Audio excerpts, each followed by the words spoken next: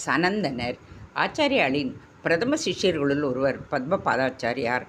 ஆச்சாரியார் காசியில் வாசம் செய்து கொண்டிருந்த பொழுதே அவரிடம் சிஷ்யரானவர். அப்போது ஆச்சாரியாருக்கு வயது 16. பத்மபாதரின் பூர்வாசிரம பெயர் சனந்தனர் என்பதாகும்.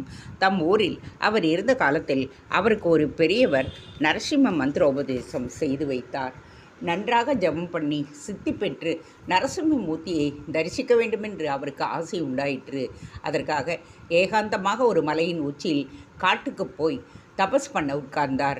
அங்கு வந்த வேடன் ஒருவன், எங்களை மாதிரி பலசாலியான வேடர்கள் இங்கே வேட்டையாடி பிழைக்கின்றோம். பூஜை பிராமணரான உமக்கு இங்கே எதுவும் கிடைக்காமல் கஷ்டப்படுவாய் என்றான்.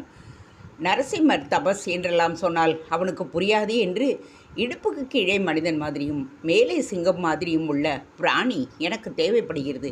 அது இந்த காட்டில் இருப்பதாக கேள்விப்பட்டுத்தான் வந்தேன் என்று கூறினார்.